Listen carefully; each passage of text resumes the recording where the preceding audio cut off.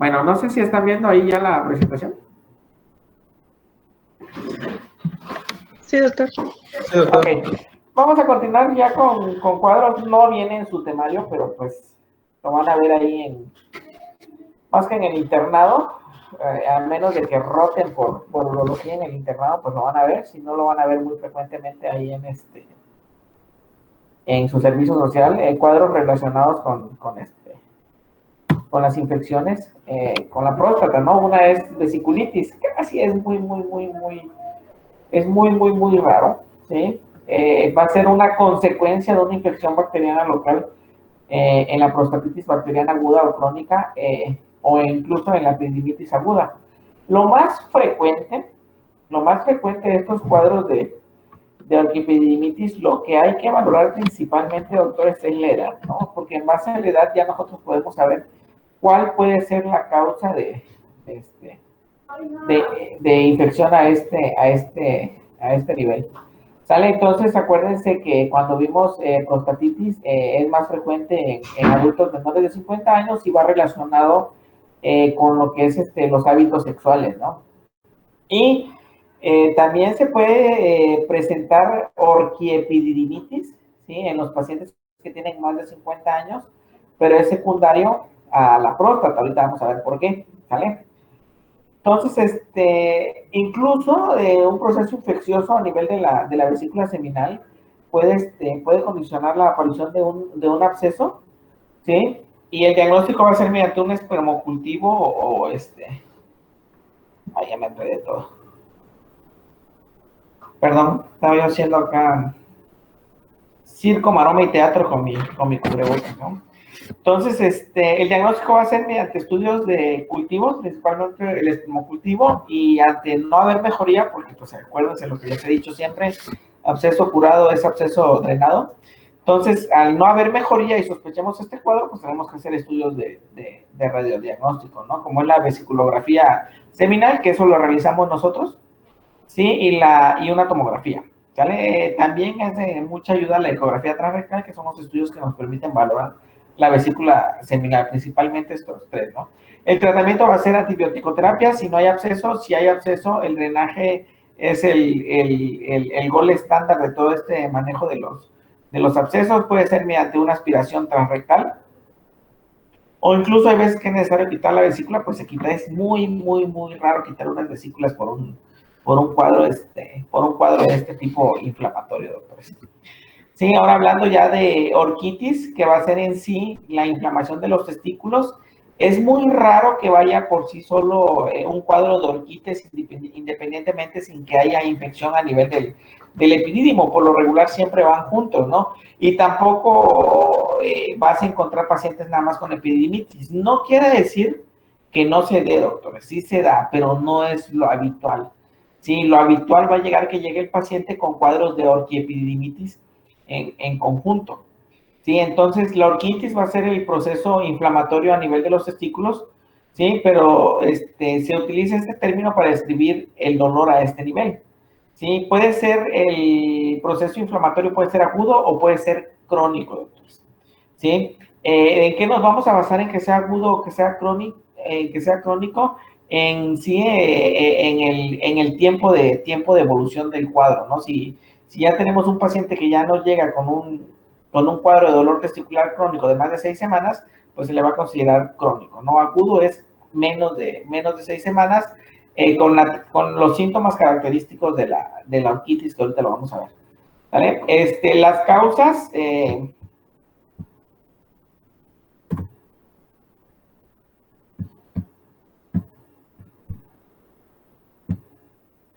Las causas de la orquitis van a ser secundarios a procesos infecciosos bacterianos presentes en los pacientes que tienen infecciones del tracto urinario y enfermedades de transmisión sexual, siempre y cuando sean pacientes menores de 50 años. Sí, puede deberse también a una infección no bacteriana, puede ser por agentes virales, micóticos, por parásitos o por riquecias. Pueden ser no infecciosas cuando no conocemos cuál es la causa de este proceso inflamatorio, un trauma a nivel del testículo, pues nos va a producir, acuérdense, orquitis es inflamación de los testículos.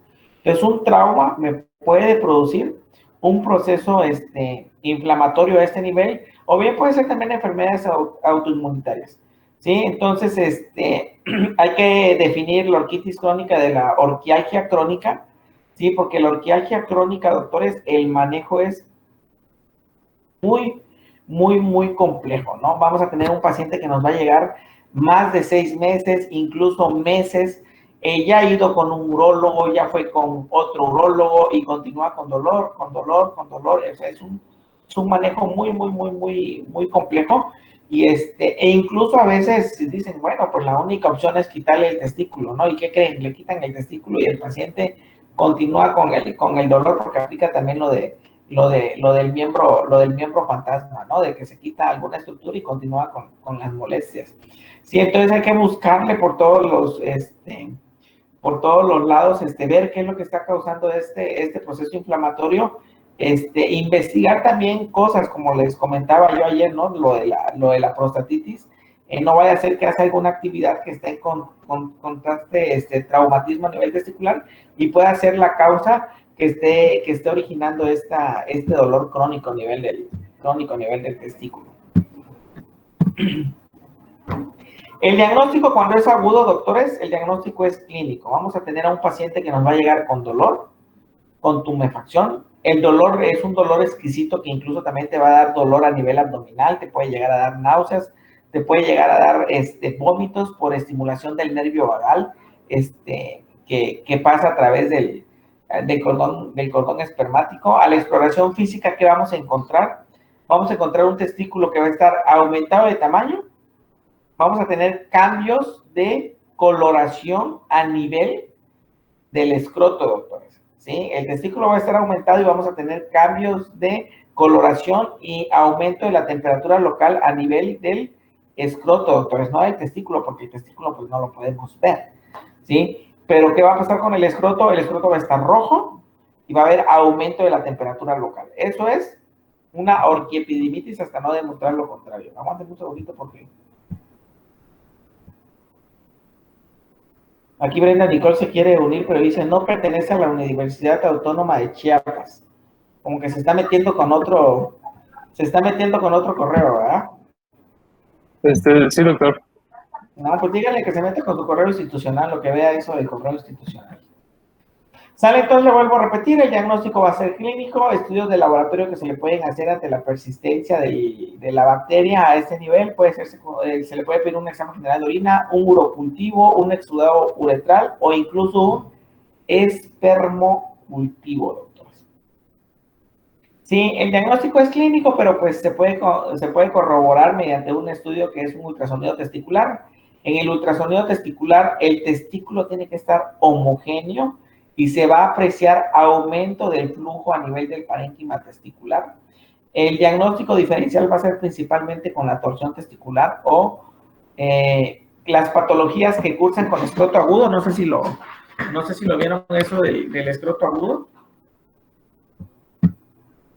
Bueno, el escroto agudo hay mucha controversia en cuanto al manejo de quirúrgico o no quirúrgico del escroto agudo, ¿no? De que es una urgencia, ¿sí? Y cambian los criterios en una urgencia en un niño y los criterios en el manejo de urgencia de un adulto, ¿sí?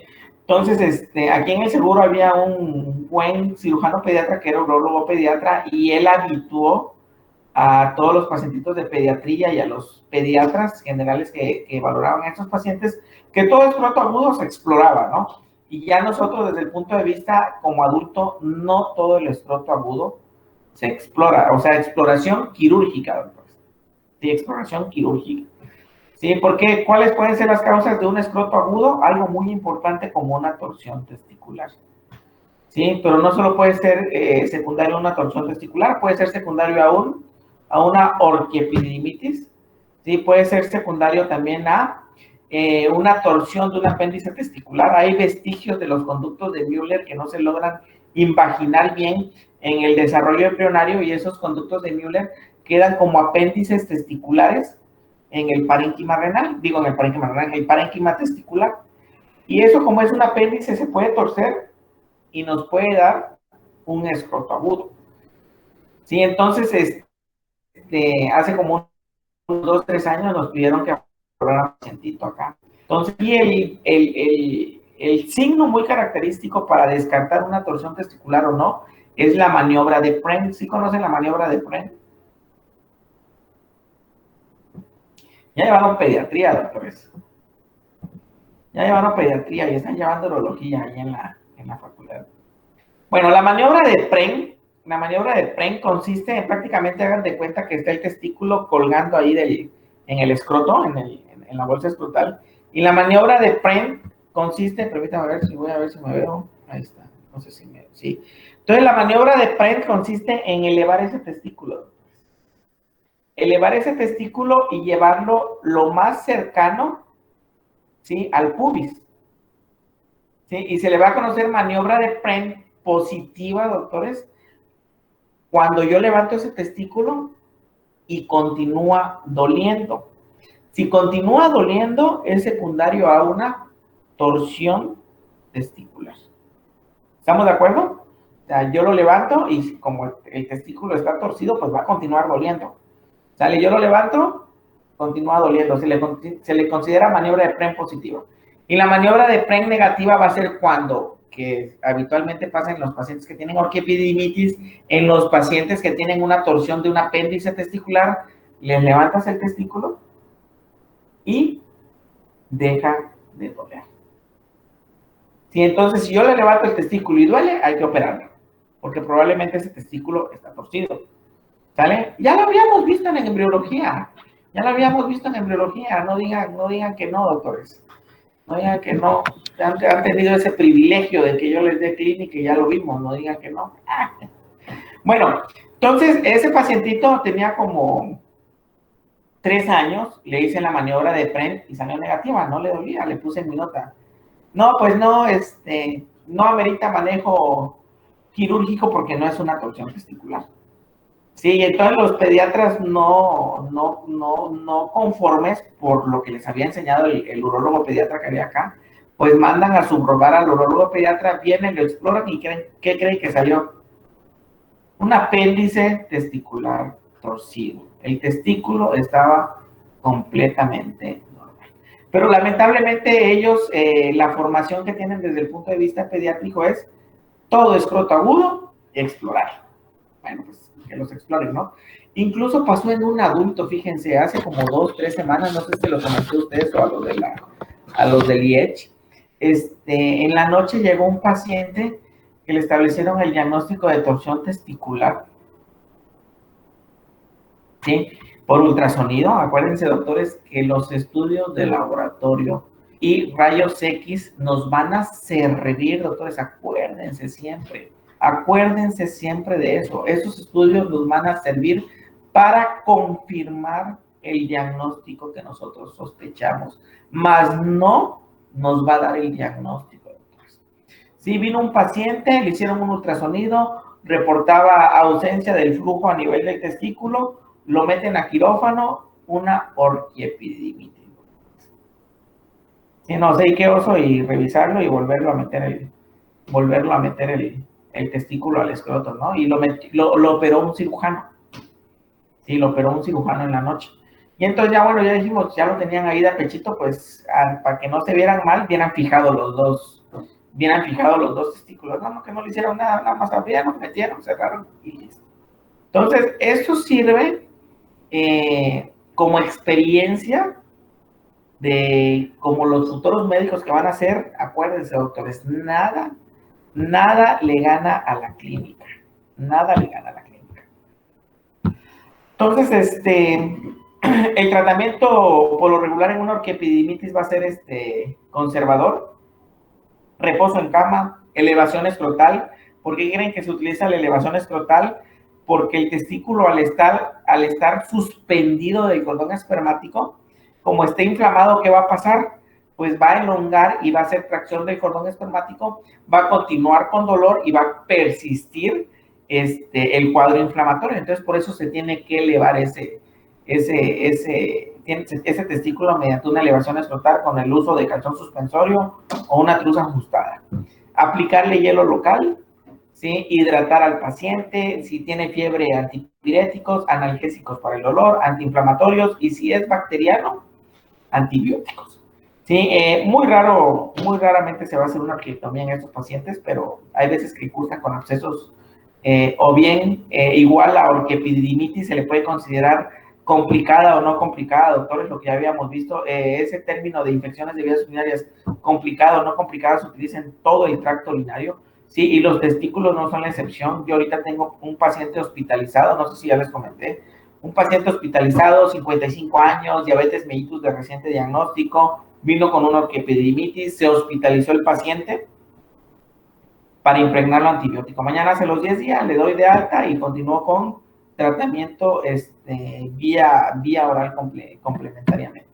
¿Sale? Entonces, habitualmente este es un ultrasonido del testículo. El testículo, doctores, lo normal es que se vea homogéneo, ¿sí? O sea, que se vea isoecoico, grisecito, isoecoico, ¿sí? Y entonces, clínicamente, ¿cómo vamos a encontrar esa piel del escroto? Lo vamos a encontrar roja, lo vamos a encontrar aumentado de tamaño, y lógico que si yo toco esto que está rojo, pues lo más seguro es que va a estar caliente, doctores. Entonces, ante esta sospecha, yo pienso que es una orquiepididimitis. E interiormente, ¿cómo se va a ver el testículo y el epidídimo? Pues así, ¿no? Y entonces, por ultrasonido, lo que yo les comentaba, les aplican flujo Doppler color, y habitualmente cuando hay Doppler color en un paciente que no tiene orquiepididimitis, va a pintar uno o va a pintar dos vasitos que me indican que hay flujo a este nivel, pero esto que está aumentado, que ven acá abajo, todo el flujo que está en el parénquima testicular, me indica a mí que hay un flujo aumentado secundario a un proceso inflamatorio a nivel del testículo.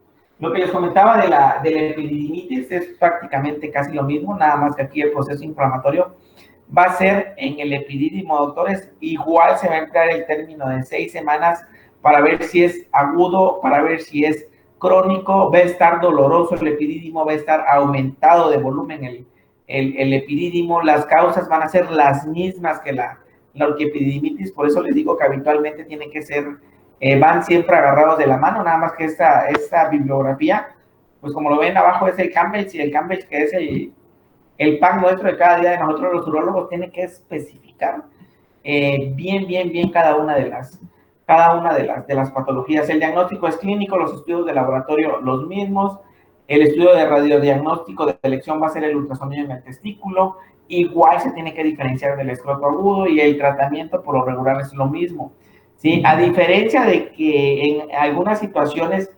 realizamos una arquiectomía por un proceso inflamatorio, les vuelvo a repetir, es raro. Igual va a ser raro realizar una epididectomía, ¿no? Pero si tengo un paciente con así como hay orquialgia crónica, también hay dolor crónico a nivel del epidídimo, pues aquí sí se puede realizar una epididectomía más frecuente, ¿no? Aquí viene la diferencia, vean cómo está aumentado el flujo en el ultrasonido en el epidídimo. Ya ven, lo habitual, eso sí es característico, ¿no? Un testículo normal, el flujo es lo que les comentaba, 1, 2, se van a pintar 2 vasitos en el parénquima testicular. Ese testículo no hay proceso inflamatorio, y vean cómo pinta todo el epidídimo, ¿no? Vean cómo pinta todo el epidídimo. Entonces, esto sí es una epididimitis. Y aquí también podría ir involucrado un varicocele, ¿no? Entonces, continuando con la TB urogenital que ya habíamos comentado, sí, históricamente se tiene conocimiento de esta entidad patológica desde hace más de 7,000 años, o sea, de la tuberculosis pulmonar. Sí, en 1882 Koch descubrió lo que causa la TB. Sí, Ehrlich en 1882 descubrió que esta bacteria era ácido alcohol resistente. Sí, en 1926 Medlar halló lesiones renales microscópicas en la corteza renal bilateral. Sí, pero sin saber al 100% que era secundario a la TB. Sí, en 1870 hizo Bryan la primera nefrectomía en un paciente que tenía pionefrosis y concomitantemente tenía tuberculosis y obstruyó el uretero. ¿Sí? Entonces obstruyó el uretero, ¿sí? Obstruyó el uretero y la obstrucción ocasionó que el riñoncito tuviera una exclusión renal, o sea, que dejara de funcionar.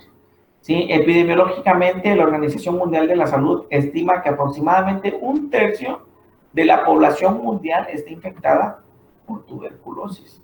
Sí, acuérdense que es endémico, se tiene que estar en contacto directo con el paciente y el contacto tiene que ser constante, no es de que por una vez ya se contagiaron, ¿no? Va a aparecer de 8 a 10 millones de casos nuevos de tuberculosis en actividad por año.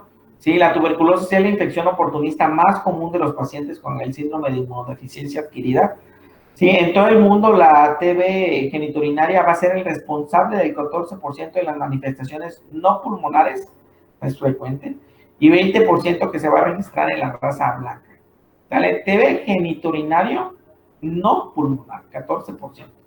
¿Sí? En el mundo occidental, entre el 8 a 10% de los pacientes con tuberculosis pulmonar van a desarrollar TB renal y en los países subdesarrollados, la proporción de personas con Mycobacterium tuberculosis en la orina puede llegar hasta el 15 o al 20%. Sí, en cuanto a la transmisión y desarrollo de la enfermedad, acuérdense que el contagio va a ser aéreo. ¿Sí? El contacto va a ser aéreo y la manera en que va a llegar a infectar la tuberculosis a la vía urinaria va a ser por diseminación hematógena, doctor. ¿Sí? Todo esto ya lo vieron en Neumo. Sí, entonces, nos vamos ya aquí a la patogenia rápidamente. El Mycobacterium tuberculosis va a llegar a los órganos geniturinarios por vía hematógena desde los pulmones. El primer sitio que van a llegar a infectar Mycobacterium, ¿cuál va a ser, doctores? Ya lo habíamos comentado ya. ¿De la vía urinaria? Los riñones. Los riñones, así es, los riñones. ¿Sí? Una vez producida la primoinfección, en un 90% de los casos, la respuesta inmunitaria que se desencadena es suficiente para evitar el desarrollo de la enfermedad clínica, pero los bacilos permanecen en un estadio latente en pequeños focos. ¿Sí? Lo que ya habíamos comentado, llega por vía hematógena de los pulmones. Una vez producida la primera infección, el 90% de los casos la respuesta inmunitaria que se desencadena va a ser suficiente para evitar el desarrollo clínico. Aquí creo que lo repetí todo esto. La tuberculosis renal es el sitio extrapulmonar de afección más común, ¿sí? Y comprende aproximadamente el 15 a 20% de todos los casos extrapulmonares, ¿sí? Los bacilos generalmente se van a encontrar en la región corticomedular, en forma de granulomas, y cuando el individuo es afectado inmunológicamente, el bacilo se reactiva, resultando en una diseminación dentro de la médula, causando una papilitis renal. ¿Sí? Entonces, esta Mycobacterium va a llegar al riñón, ¿sí? Pero acuérdense lo que les comenté ayer, toda la vía urinaria, ya estando la infección en el riñón, de aquí se va a diseminar a toda la vía urinaria. Podemos encontrar prostatitis granulomatosa, orquitis, epididimitis o orquiepididimitis granulomatosa, el caso que les comenté ayer de un hidrocele granulomatoso que fue secundario a una TB geniturinaria, ¿no? Este tipo de enfermedad va a progresar lentamente y va a resultar en la necrosis extensa de la papila y puede incluso formarse francas cavidades con abscesos y provocar destrucción del parénquima renal. ¿Sí? Por lo regular, afortunadamente, solo va a afectar a un lado. ¿Sí? Las lesiones pueden ulcerar los túbulos colectores causando baciluria. Las afecciones progresan y pueden ocurrir fibrosis con escaras, cicatrices o atrofias parciales del parénquima renal, siendo su principal complicación la hipertensión arterial. ¿Sí? Todos los demás órganos geniturinarios se van a afectar después, ya sea por vía ascendente o descendente. Pueden incluso ocasionar estenosis de la unión ureteropiélica, que va a condicionar a obstrucción, no va a haber buen flujo de orina, el riñón se va a excluir, secundario a una uropatía obstructiva intrínseca. ¿Sale? Hay dos mecanismos por los cuales se puede llegar o provocar la falla renal. En este caso, va a ser por una infección intrínseca cuando causando una endoarteritis obliterante o bien por una atrofia renal secundaria a la obstrucción, lo que se había yo comentado, debido a estenosis del urétero o múltiples estenosis en el infundibular. Va a ser muy variable los signos y síntomas en vía urinaria, pero aquí pues tenemos que emplear lo que es la historia clínica, ¿no? Antecedentes de cuadros pulmonares, sí, antecedentes del contacto con pacientes que tienen tuberculosis pulmonar, sí, pero por lo regular estos pacientitos van a referir polaquiuria, sí, esta polaquiuria va a ser indolora y por lo regular no va a haber respuesta al tratamiento antibiótico. Sí, se le va a pedir el examen general de orina y el examen general de orina va a estar. ¿Qué creen que van a encontrar en el examen general de orina, doctores?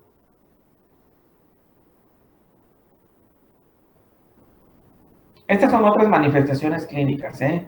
Puede haber hematuria, que puede ser total, puede ser intermitente, puede haber microhematuria, ¿sí? O hematuria microscópica, puede haber cólico nefrítico secundario a algún proceso obstructivo, ¿sí? Puede haber sangre en el eyaculado, hipertensión, y el ataque al estado general secundario a la infección primaria que existe a nivel pulmonar y a nivel renal, ¿no? Sí, pero en el examen general de orina, doctores, ¿qué es lo que vamos a encontrar? Ya lo vieron ustedes, tuberculosis, ¿no? ¿En clases? Sí, doctor. Sí, ¿Y qué les comentó que van a eh, encontrar en el examen general de orina? principalmente puede ser un pH, el pH puede ser o ácido o alcalino, se encuentra Ujú. albuminuria, hematuria y daños avanzados de renal, por ejemplo, acompañado de insuficiencia, isosostinuria, hipostenuria, y de igual manera pues se presenta piuria, es decir, también una presencia Bueno, elevada de leucocitos. la principal sospecha de una tuberculosis en la vía urinaria, doctores, va a ser la presencia de piuria estéril. Sí, acuérdense que la piuria va a haber la presencia de leucocitos en el examen general de orina. Pero por lo regular, cuando hay una bacteria, ¿sí? Por lo regular, cuando hay una bacteria, también vamos a encontrar bacteriuria. Sí, por lo regular siempre voy a ir agarrado de la mano la presencia de bacteriuria y piuria. Pero en este caso, doctores, va a haber la presencia de leucocituria o piuria, y a esto sin presencia de bacterias, y a esto se le llama piuria estéril, doctores. Y ese es el principal dato de sospecha de una infección en vías urinarias en la cual nosotros podamos sospechar tuberculosis, es la presencia de piuria estéril.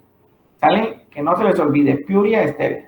Sí, entonces en la tema renal van a haber antecedentes de infección previa renal adquirida por una vía hematógena, lesiones calcificadas en las placas simples de abdomen. Acuérdense que al no haber mejoría, entonces nosotros estamos obligados a realizarle estudios de radiodiagnóstico, ¿no? Y la principal dato que vamos a encontrar van a ser calcificaciones, ya sea a nivel renal o a nivel ureteral. Sí, incluso también hay una calcificación incluso de la vejiga, doctores.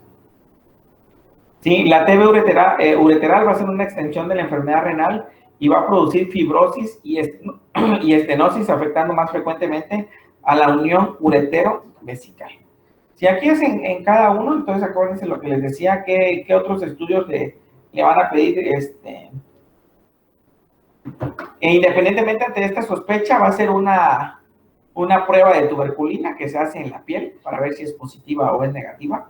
Sí, en el examen general de orina, lo que les comentaba yo, vamos a encontrar la presencia de piuria estéril, que es leucocituria estéril. Un urocultivo normal no puede identificar la presencia no puede identificar la presencia de Mycobacterium en la orina. El cultivo especial se llama cultivo de Lowenstein-Jessen. Sí, permítame un segundito, pues.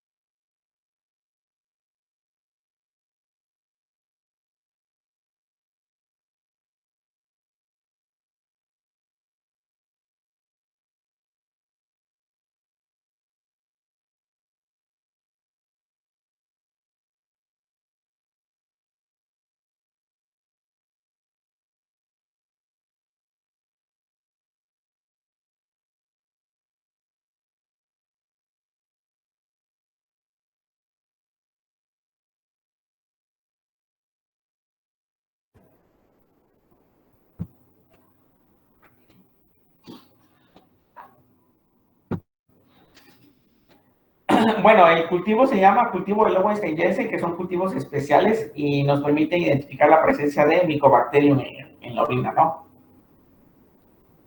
Y otro estudio que es 100% específico y sensible, ¿cuál es, doctores? Nada más el problema es el costo.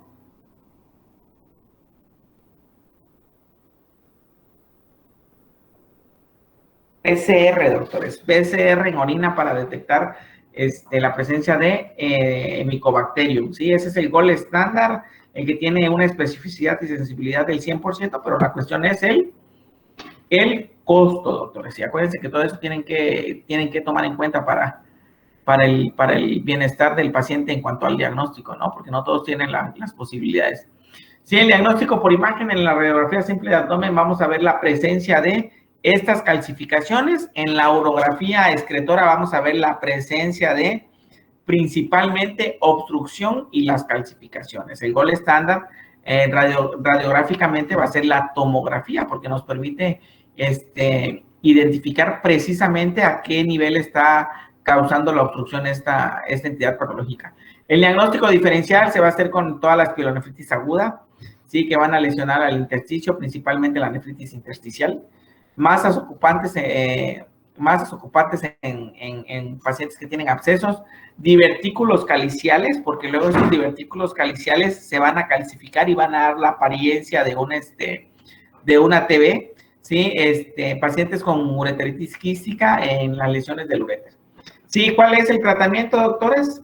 Que se utiliza, los antifímicos que se utilizan para el manejo de la TB pulmonar, el tratamiento va a ser el mismo, ¿sí? Para erradicar la infección por Mycobacterium tuberculosis, doctores, ¿sí? El detalle va a ser qué secuelas o qué complicaciones ha dejado tuberculosis en la vía urinaria, ¿no?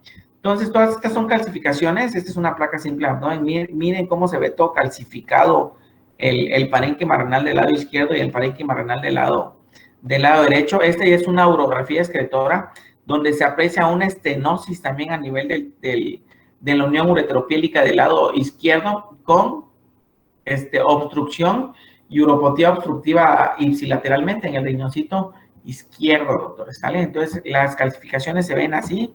No me acuerdo si puse uno a nivel de la vejiga. Esta es una urografía excretora bilateral. Se ven las calcificaciones acá abajo, miren, como nefrocalcinosis se le llama.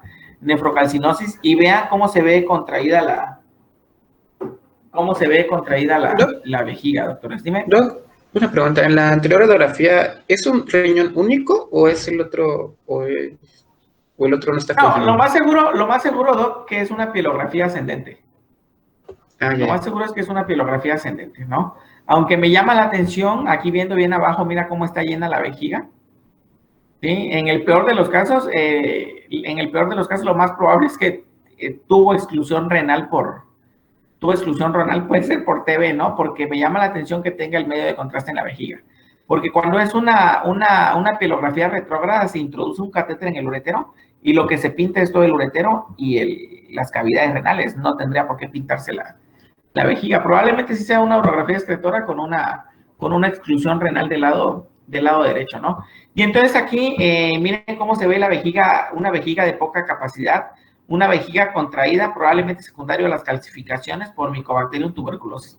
Calcificación a nivel de la vejiga, calcificación a nivel del parénquima renal, pues también me establecen el diagnóstico de una pielonefritis, de una TB genitourinaria, ¿no? Entonces aquí esto es nada más que nada para valorar lo que es la uropatía obstructiva. Vean cómo funciona el riñón derecho y a grosso modo se apreciaría que los dos riñones están afectados. Sería una excepción a lo que decía la literatura, ¿no? De que nada más va a afectar a un riñón, pero pues aquí se ve que están afectados los dos riñones. Hay cambios inflamatorios en los dos riñones, ¿sí?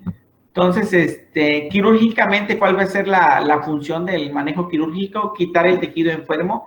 Pues si ya no funciona el riñón, quitarle el riñón. Si no funciona parte del riñón, quitarle parte del riñón. Drenar el absceso, realizar epididectomías, ¿sí? Y también a veces hay que hacer cirugías reconstructivas. Si hay una estenosis ureteral, pues hay que hacerle una pieloplastia, ya sea endoscópica o una pieloplastia a cirugía a cielo abierto o laparoscópica, como las producen unas vejigas de poca capacidad por la contracción y por la calcificación que hay a este nivel, pues hay que hacerle cistoplastias de ampliación, porque si no el paciente va a tener una vejiga de poca capacidad, o incluso llegar a hacer derivaciones, pues porque la vejiga ya no tiene esa función de llenar y vaciar, ¿no? Entonces hay que hacer unas derivaciones, ya sea con reservorios urinarios, ¿no? Cuando son continentes. Sí, falta lo que son enfermedades de transmisión sexual para terminar todo lo de infecciones. Lo vamos a dejar ahí, doctores, y nos vamos a ver a las 11, ¿no? Entonces, Sí, está bien, láncense a su clase con el doctor Alvarado. Muchas gracias, doctor. Hasta luego. Gracias, Dale, saludos.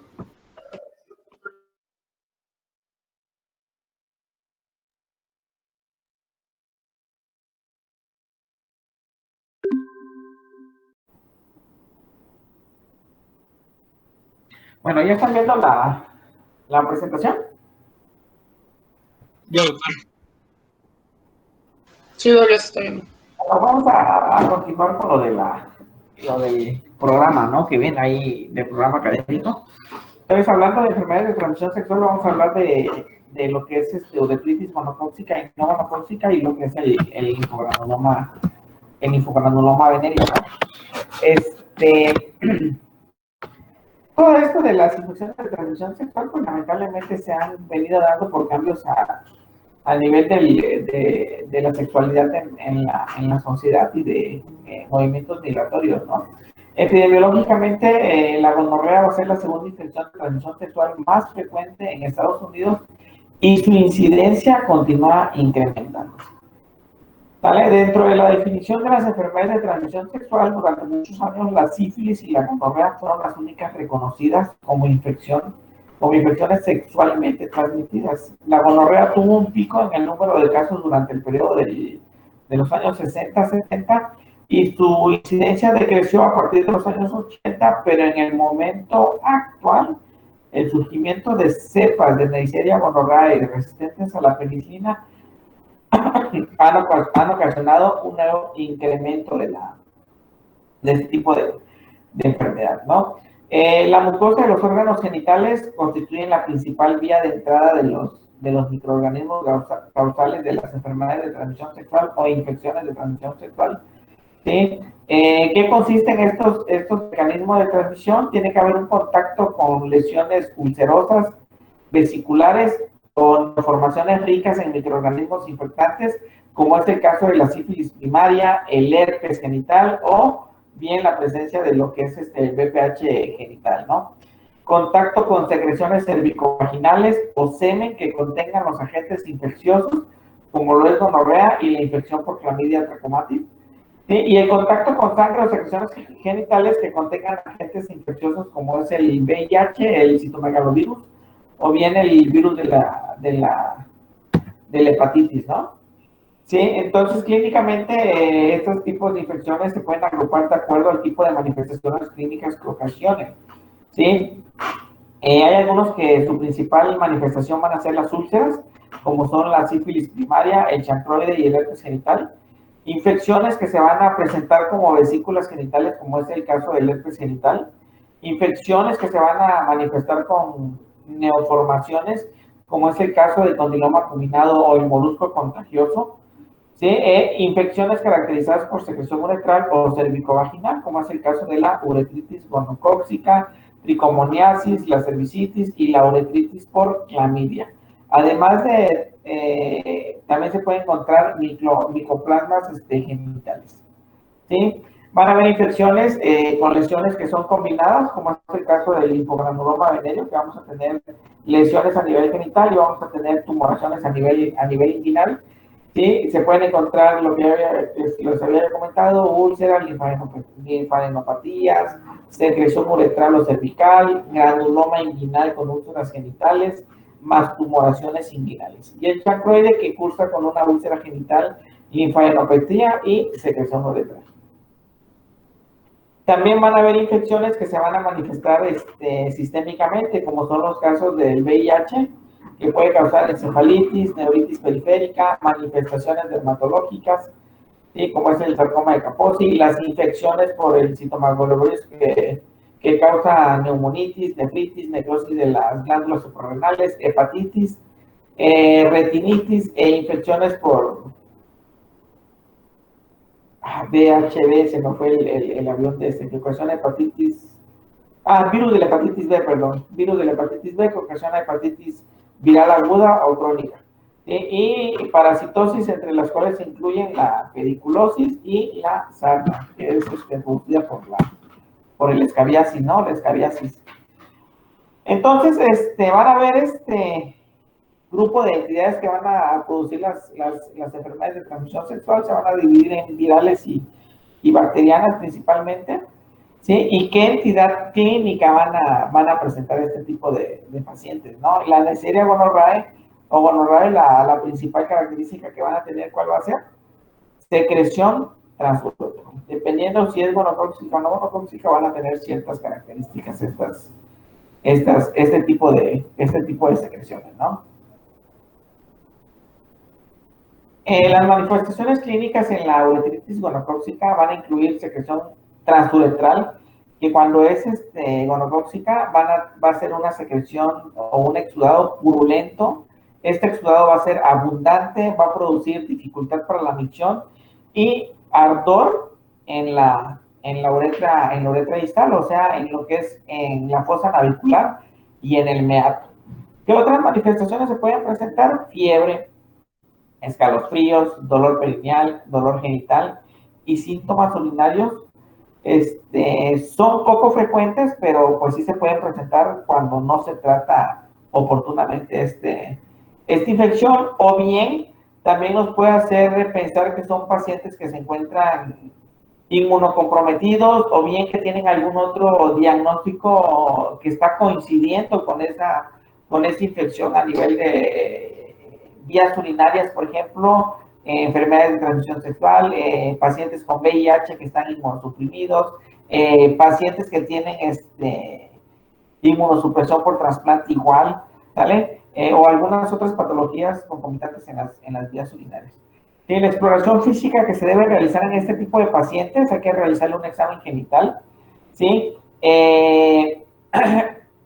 No solo también se va a explorar la región genital, hay que explorar la región inguinal en busca de linfadenopatía inflamatoria, doctores, que nos sirven para establecer diagnósticos diferenciales, ¿no?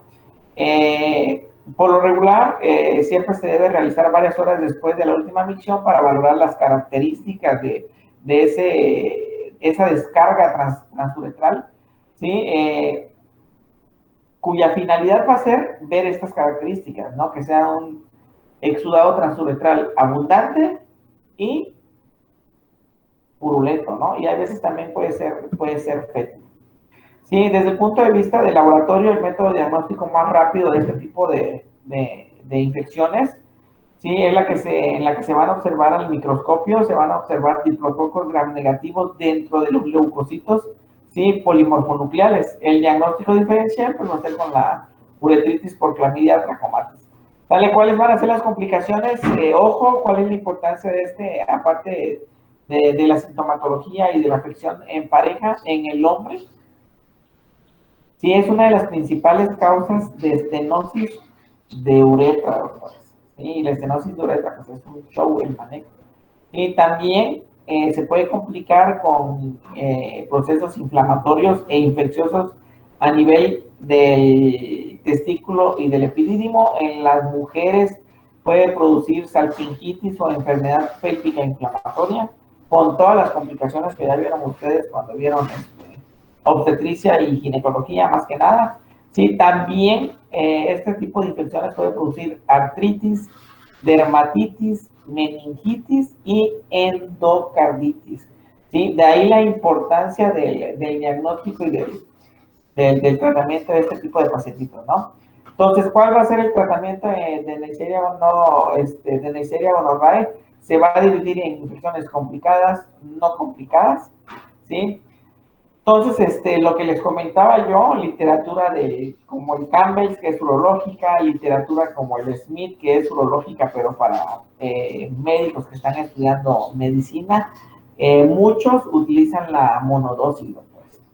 Sí, muchos utilizan la monodosis, ¿no? O sea, sí se puede realizar, pero les vuelvo a repetir, en el punto de vista de un servidor, pues por lo regular lo utilizo, habitualmente el que utilizo yo es la ceftriaxona, una diaria por 7 días, ¿no? Mínimo 7 días, aunque es muy, muy, muy dolorosa, pero les va bien a los pacientes. Aunque diga ahí que es para las complicadas, yo lo utilizo para ambas.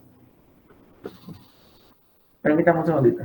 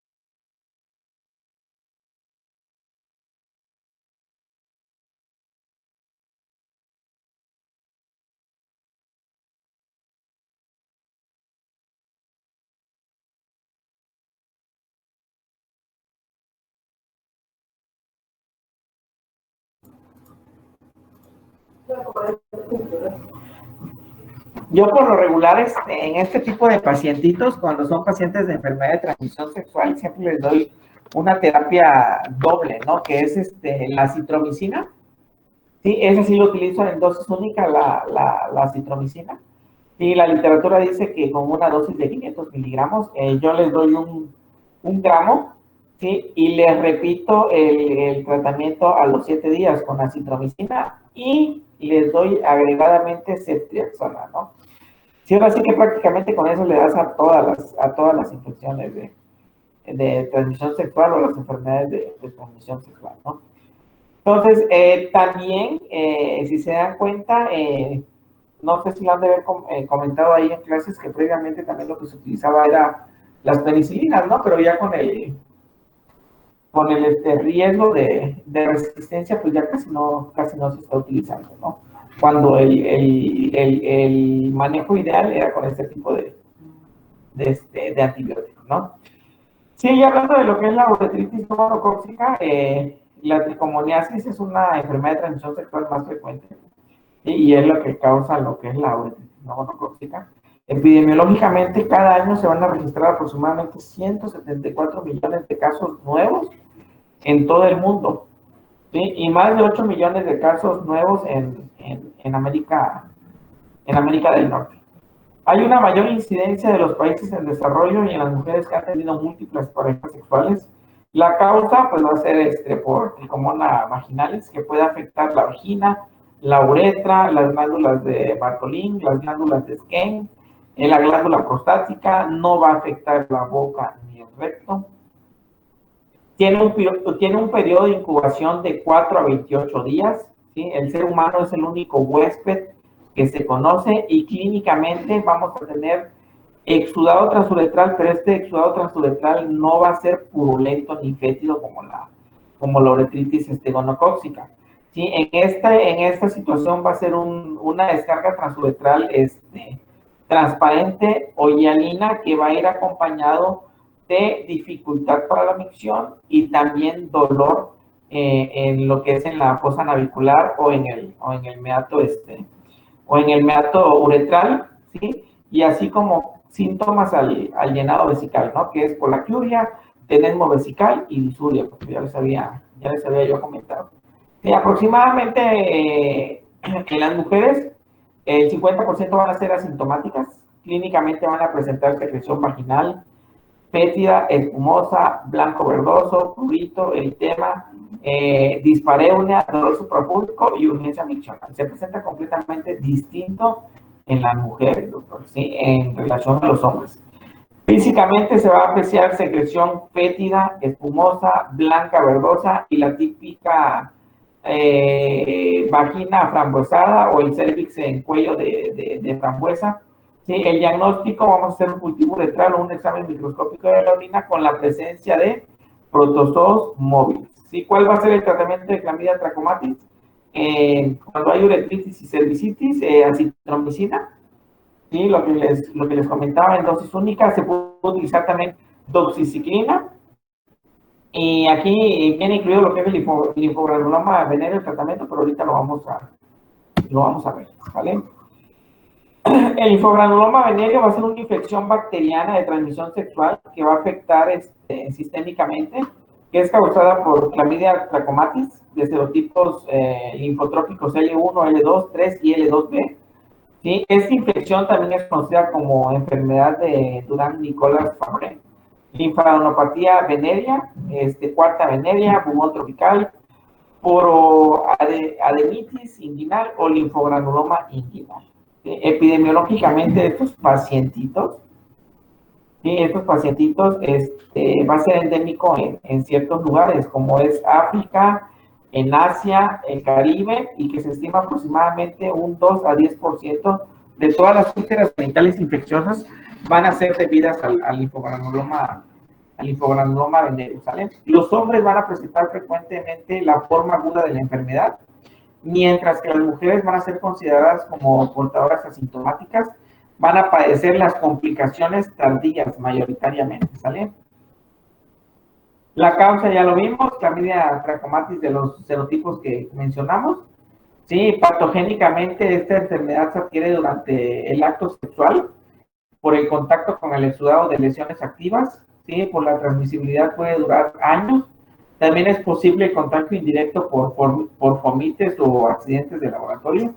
A diferencia de los serotipos AK confinados a la, no es el grupo ese, confinados a la mucosa oftálmica y urogenital, el serotipo L, ¿sí? Y en particular los subtipos etiológicos del linfogranuloma venéreo van a ser microorganismos muy invasivos que se diseminan hacia el tejido conjuntivo subyacente y se extienden hacia los ganglios linfáticos regionales, ¿sí? A la región inguinal bilateral. ¿Sí?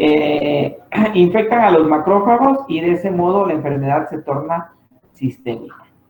Clínicamente va a haber una lesión primaria o estadio primario, ¿sí? En el cual luego de un periodo de incubación de 3 a 30 días aparece una pápula o una vesícula que se va a localizar en la zona de la inoculación, en los genitales, ¿no? O dependiendo también de las preferencias sexuales en el recto, en el ano, en la boca, en la faringe, ¿sí? Son reportados como localizaciones insólitas estas últimas, ¿no?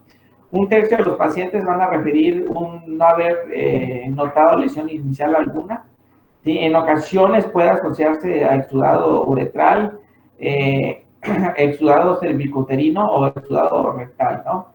La lesión primaria se puede ulcerar, ¿sí? Alrededor de una semana cura espontáneamente habitualmente este tipo de enfermedades, ¿sí? Dependiendo de las características del agente patógeno y del huésped.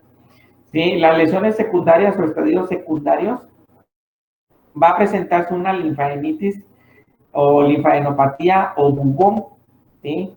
Se inician entre la segunda y la sexta semana del brote primario, ¿sí? Este tipo de lesiones se van a manifestar con las inflamaciones de los ganglios linfáticos regionales inguinales y el tejido circundante, ¿sí? Los ganglios mayormente afectados en varones heterosexuales son principalmente los inguinofemorales del mismo lado donde se encuentre la lesión, ¿sí? O la primoinfección. Estos ganglios tienden a fusionarse, reblandecen y se rompen, formando fístulas crónicas con una extensa cicatrización, ¿vale? Y las lesiones terciarias o estadio terciario o síndrome genitoanorrectal, ¿sí? La mayoría de los pacientes se recuperan de las lesiones secundarias sin presentar secuelas, ¿sí? Es un pequeño grupo de pacientes, alrededor del 15% de los casos no tratados. Principalmente van a ser mujeres y varones homosexuales, debido al compromiso retroperitoneal mencionado. La infección persiste o se disemina a los tejidos anogenitales.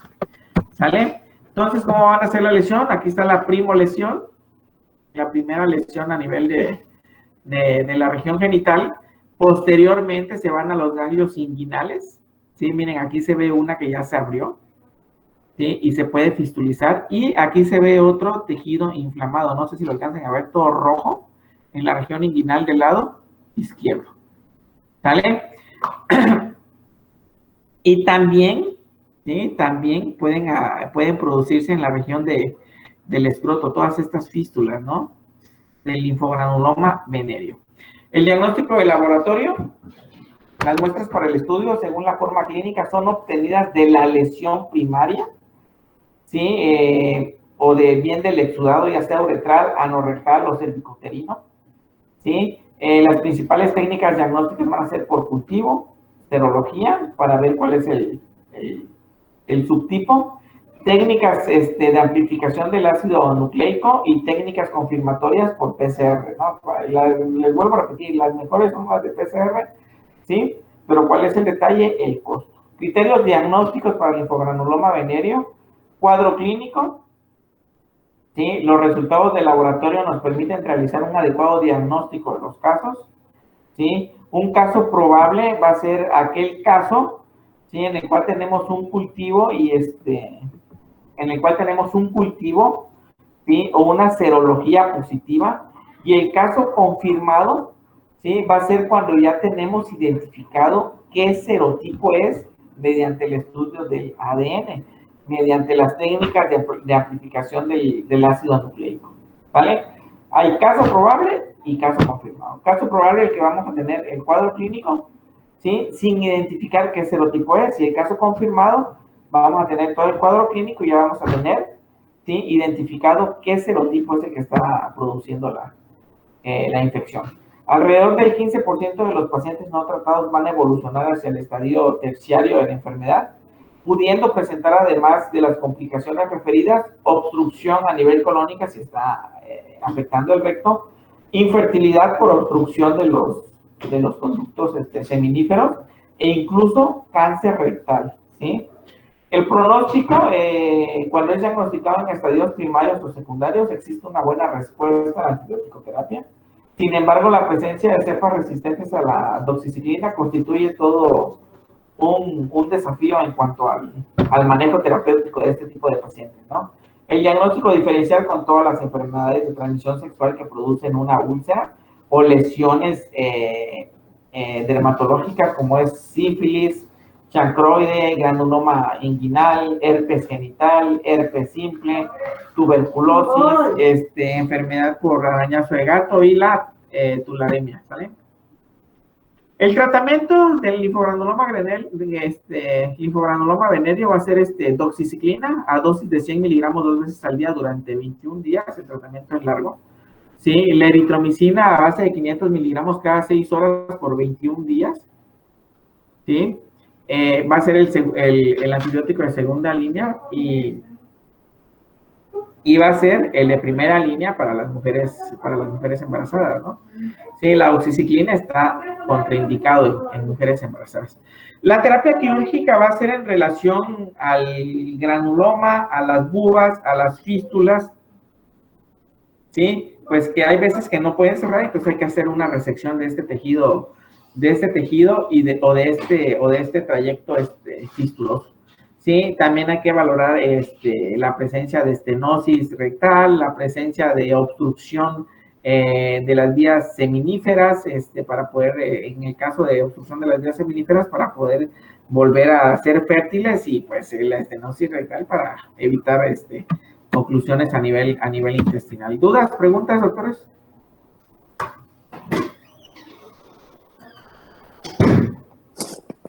Son los temas que marcan el programa, ¿eh? De ahí, la infección, la enfermedad de transmisión sexual también frecuente, ¿cuál creen que sea? Que es una principal causa de cáncer en las mujeres, que yo creo que lo hace VPH, ¿no? Virus del papiloma humano, que yo creo que Yo creo que ustedes lo vieron ahí en obstetricia, por eso lo omitieron acá. ¿Cuál es el tratamiento del BPH, doctores? En hombres, no en mujeres. La eutanasia. ¿La cual? No, nada, doctor,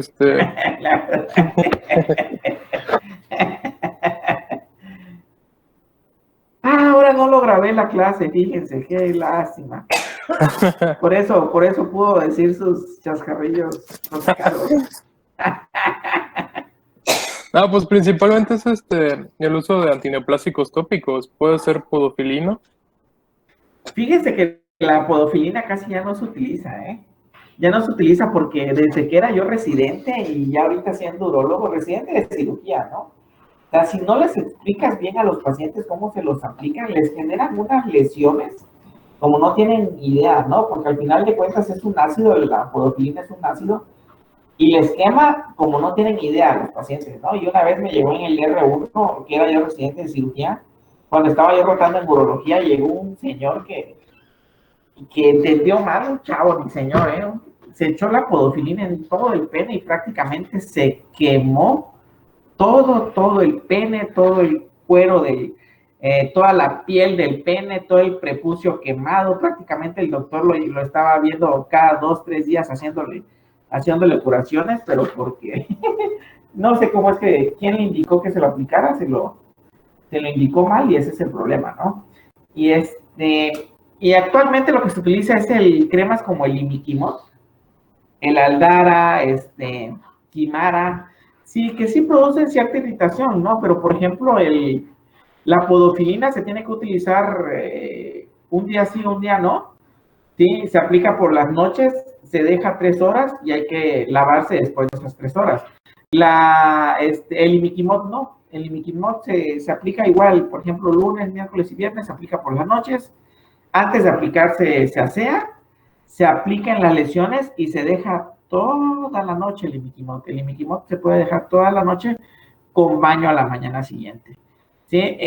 La ventaja del Imiquimod es que no produce quemaduras y la respuesta es rápida. Claro, también la podofilina, la respuesta a la lesión es rápida, ¿no? Pues prácticamente es un ácido y lo estás quemando, ¿no? Y ya cuando es en mujeres embarazadas, la presencia de BPH, el manejo es distinto dependiendo si hay afección, ¿sí? Dependiendo si hay afección o no cervical, ¿no?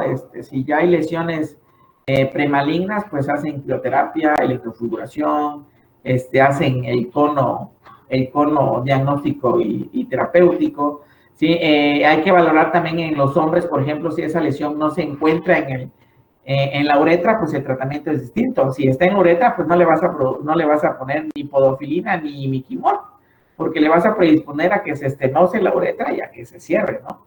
Entonces, todas esas son las situaciones que se tienen que valorar para darle el tratamiento al paciente. Y una cosa muy importante que deben de saber ustedes como médicos generales, doctores, que tienen que reconocer ciertas limitantes para el manejo de estos pacientes, ¿no? Desde el punto de vista de que lo que primero que tienen que pensar es en primero no hacer daño, ¿no? Si ustedes lo pueden manejar y tienen conocimiento para manejar a ese paciente, pues manéjenlo. Si no lo pueden manejar, derívenlo. Sí, no, derívenlo, porque si no, las complicaciones pueden ser muy, muy, muy serias, ¿no? Y es muy, muy, muy, muy frecuente lo que es el virus del papiloma humano. Es una infección muy, muy, muy frecuente.